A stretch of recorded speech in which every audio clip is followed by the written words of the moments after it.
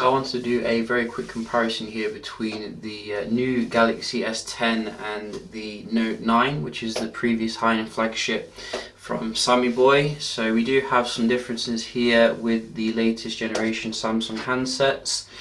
We have 3 cameras now on the back.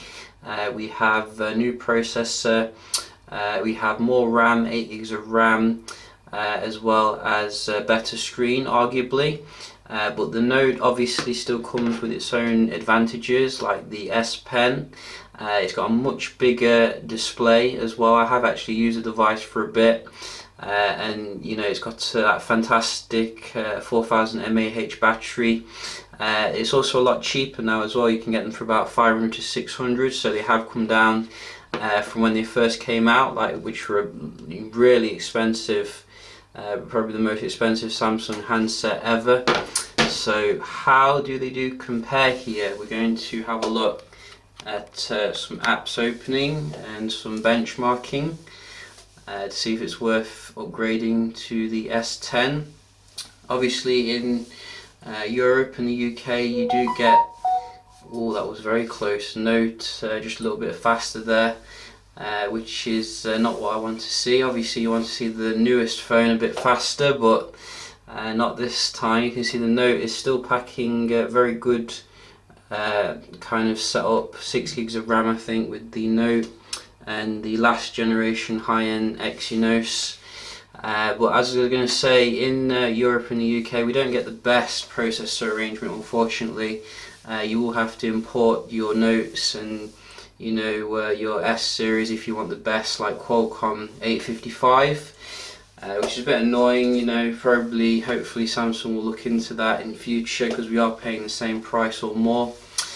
But nevertheless, let's have a look at how they do compare. We do have, as you can see, some specs apps here on the table, so let's see how they do open up. Both of them are fully up to date in terms of patches, using the official software.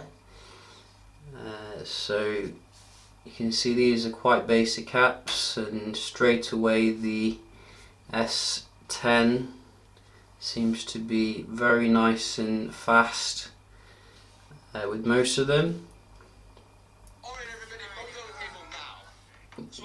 And dialer, so you can see definitely a speed increase with the new processor, which is good. You can definitely see an improvement there.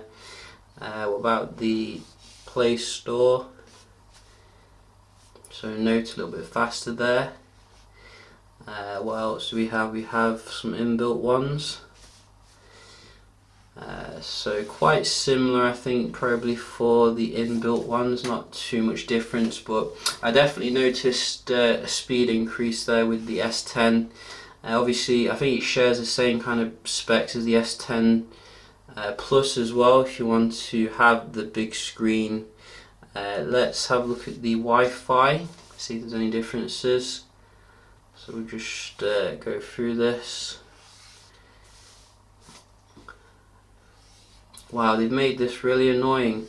You used to just go into the app and jobs are good in, but now you've got so much to do. So both are on the same server. I've upgraded my internet a little bit to, I think, about 100 now. So slowly but surely we're reaching the highs of 200 that I used to have. It's just a shame it's not available where I am at the moment, but just got to make do. So this, I think it's got, you get up to 100 down and 20 up, so not too bad. I am quite far away from the router though, so good test here of the strength as well.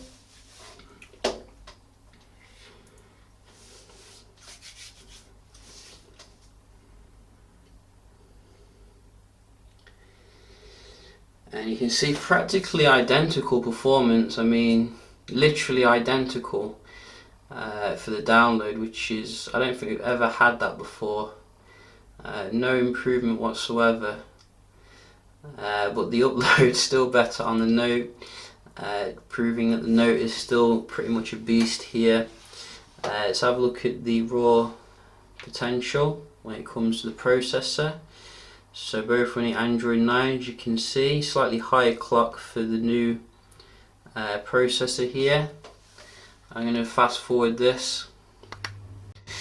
So you can see here it's still very close when it comes to the benchmarking. I mean, it's literally like 2 or 3% behind the Note 9. In terms of the actual names of the processors, we are looking at the Exynos 9820 in the S10 and the 9810. So you can see there's probably just a small step up compared to the next one, which I think will be built upon the 8nm process. But I think Huawei's already on 7nm with its Kirin 980, so you know, quite interesting times here. You can see Samsung seems to be overtaken by most of the other companies. Also, I think the Exynos has a bug with sleeping, I was reading, so that can lead to battery drain, but hopefully they will, you know, patch that and fix it, given that it is a flagship phone. We can see very nice scores overall. It looks pretty good in terms of the multi-core breaking 10,000 there, but the Note, you see, not too far off actually when it comes to its own multi-core. The single core does seem to have improved quite a lot though with this new processor, so that is pretty good, but I don't think either of them are anywhere near what you're getting with Apple. So that you know, Apple I think we're on A12 now, is it, or A11, one of the two. Very powerful stuff when it's paired with iOS, but pretty reasonable benchmark here. And the actual performance day to day, you can definitely see, you know, there was a little bit of improvement. There isn't too much jankiness, which we do usually get with Samsung, but I don't think it's quite as smooth as what you're getting with the OnePlus 6T, which is what I'm actually using at the moment. But I will do a comparison with that, you know, to see how it is. But yeah, just a quick little comparison here. Which one do I prefer out of these two? I did use the Note 9, as I said, for a while, but the only thing which bugged me about the phone was I don't think the camera was up to par with what you got with the P20 Pro and the Pixel 2 when I used that for a bit. It's a good overall phone, you know. I think overall it's probably a bit better. I'd prefer it anyway compared to the S10 because of the size as well as the battery.